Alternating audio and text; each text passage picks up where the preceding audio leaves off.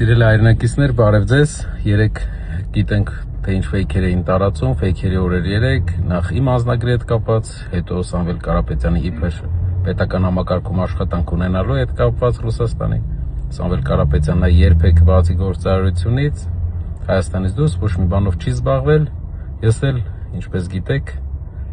երբեք չեմ ունեցել օտարերկրյա որևէ երկրի անձնագիր, ոչ միայն Ռուսաստանի, այլ որևէ երկրի։ Բայց մենք ամբողջ օր լռեցինք այդ ուղղությամբ, որովհետև մի ծրագիր ունենք։ Բոլոր այն մարդիկ, ովքեր Սամվել Կարապետյանի մասին այդ ֆեյք տերվյալը տարածեցին իրենց անունից, նրանց դեմ հայցադիմում են ներկայացվելու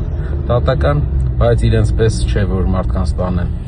ձերբակալեն, այլ ուրիշ բանի համար, որպեսզի նրանք վճարեն իրենց ստերի համար, բայց իսկ վճարը գնալու է, գիտեք ուր, գնալու է Սևանի հոգեբուժարան։ Այնտեղ մենք կվերանորոգենք հոգեբուժարանի սենյակները եւ նաեւ ծրագիր կունենանք, որ ով ունի հոգեկան խնդիրներ, անվճար